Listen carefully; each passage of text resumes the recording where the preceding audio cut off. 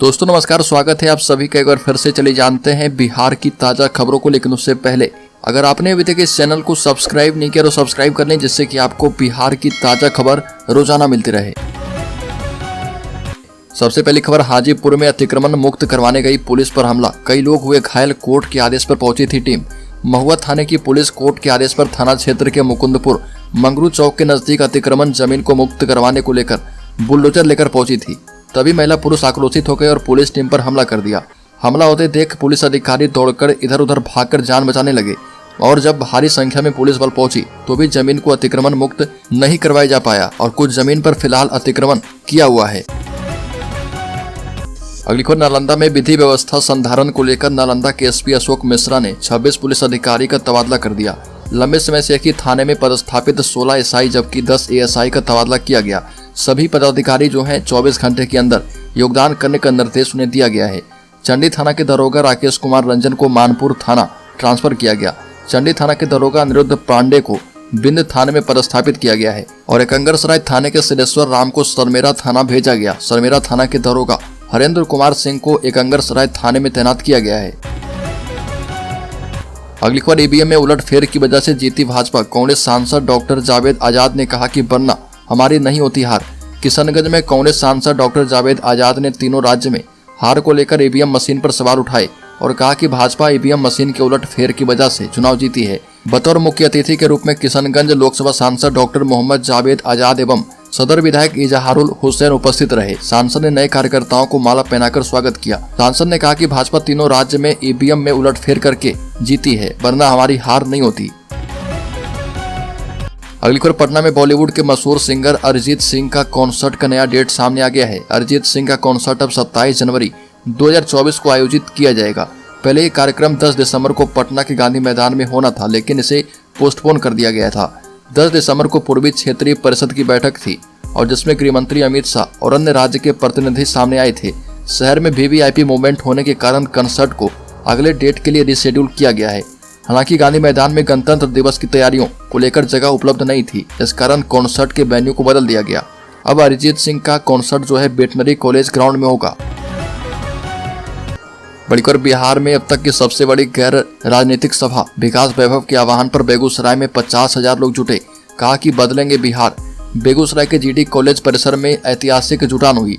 न किसी को गाड़ी दी गई थी और न ही भोजन पानी का इंतजाम था और न ही उन्हें किसी निजी फायदे का भरोसा दिलवाया जा रहा था। फिर भी 50,000 से ज्यादा लोग एक साथ जुटे और गंगा तट पर बसे शहर में संकल्प लिया कि मैं करूंगा अपने पूर्वजों की भूमि का पुनरुद्धार। अगली खबर, राज्य में आरक्षण की सीमा 50% से बढ़ाकर 75% की गई। मुख्यमंत्री ने बैठक के बाद दी है अहम जानकारी। बिहार के मुख्यमंत्री नीतीश कुमार ने कहा कि राज्य में आरक्षण की सीमा 50% से बढ़ाकर 65% कर दिया गया है और इसके लिए कानून पारित किया गया है। सामान्य वर्ग के आर्थिक रूप से कमजोर लोगों के लिए 10% आरक्षण पहले से ही उपलब्ध है। कुल मिलाकर आरक्षण की कुल संख्या 75% तक पहुंच गई है। नीतीश कुमार ने कहा कि हमारी सरकार ने केंद्र सरकार के नए आरक्षण कानून को संविधान में स्वीकार कर लिया है। बिहार सीएमओ ने ये जानकारी दी। अगली खबर, बिहार में खत्म होगी शराबबंदी, सरकार को मिला प्रस्ताव। मणिपुर में 30 साल के अंतराल के बाद शराबबंदी के कानून को खत्म किए जाने के बाद अब बिहार में भी शराबबंदी खत्म करने की मांग तेज होने लगी है। CIABC यानी मादक पेय विनिर्माता निकाय ने बिहार सरकार से शराब की बिक्री पर प्रतिबंध हटाने का आग्रह किया। Confederation of Indian alcoholic beverage companies ने यह भी कहा कि बिहार में शराबबंदी खत्म होने से वहाँ की अर्थव्यवस्था को बढ़ावा मिलेगा और खराब गुणवत्ता वाली शराब का गैर कानूनी व्यापार भी खत्म हो जाएगा और जहरीली शराब की त्रासदियों को रोका जा पाएगा। अगली खबर, अमित शाह ने भाजपा को बिहार में आक्रामक रहने को कहा कि बिहार में जातीय गणना का भाजपा ने भी समर्थन किया था और ये निर्णय तभी किया गया जब भाजपा बिहार सरकार में हिस्सेदार थी और जब ये रेजोल्यूशन आया तब बिहार में इसका समर्थन किया गया था। वहीं दूसरी ओर भाजपा के वरिष्ठ नेताओं से भी अमित शाह मिले और उन्हें दिशा दिखाई। अमित शाह ने बीजेपी के कद्दावर नेताओं को यह बताया कि भाजपा को बिहार सरकार के खिलाफ कैसा रवैया रखना चाहिए। राज्य के पूर्व क्षेत्रीय परिषद समिति की बैठक की अध्यक्षता करने पहुंचे केंद्रीय गृह मंत्री अमित शाह ने बैठक के बाद राजकीय अतिथिशाला में बिहार भाजपा के वरिष्ठ नेताओं से मुलाकात की और अगले साल की शुरुआत में होने वाले लोकसभा चुनाव को देखते हुए पार्टी नेताओं को विपक्षी नेताओं और उठाए गए मुद्दों पर उचित और आक्रामक रुख रखने की सलाह दी है।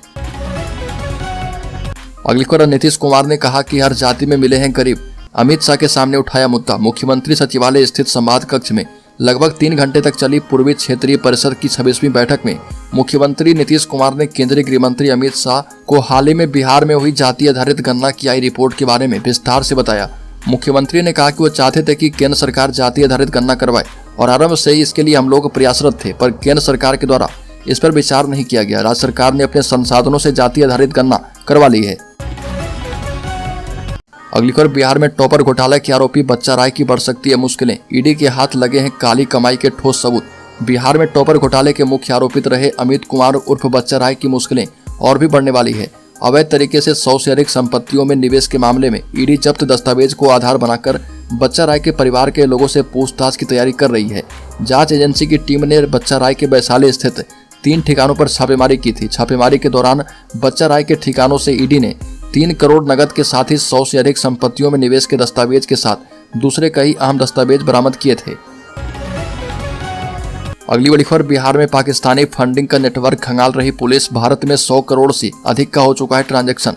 पाकिस्तान से ऑनलाइन माध्यम से नेपाल में आए पैसे को कैश कराकर भारत में खपाने वाले अंतर्राष्ट्रीय गिरोह के 3 भारतीय एजेंट की गिरफ्तारी के बाद पूर्णिया पुलिस इस फंडिंग के पूरे नेटवर्क को खंगालने में जुट गई है। अब तक के अनुसंधान में अनुमान लगाया जा रहा है कि पिछले 1 साल में पाकिस्तान से नेपाल भारत के विभिन्न बैंक खातों में 100 करोड़ से अधिक का ट्रांजैक्शन हो चुका है। यह ट्रांजैक्शन किस मकसद से हुआ है, इसके तहत में जाने के लिए पुलिस जुट गई है। अनुमान है कि यह फंडिंग आतंकी या फिर नक्सल गतिविधियों को बढ़ाने के लिए की जा रही है। बड़ी खबर, अमित शाह के सामने खुलकर बोले नीतीश कुमार, सामने बैठे थे तेजस्वी यादव। इस बैठक में सबसे बड़ी बात यह रही कि 9 अगस्त 2022 को एनडीए से अलग होने के बाद मुख्यमंत्री नीतीश कुमार पहली बार अमित शाह के आमने सामने हुए। इस दौरान मुख्यमंत्री ने अमित शाह के सामने खुलकर अपनी बातें रखी और बगल में डिप्टी सीएम तेजस्वी यादव बैठे थे। यह सरकारी कार्यक्रम था जिसमें क्षेत्रीय परिषद के 4 राज्य झारखंड, पश्चिम बंगाल, ओडिशा और बिहार के प्रतिनिधि को शामिल होना था।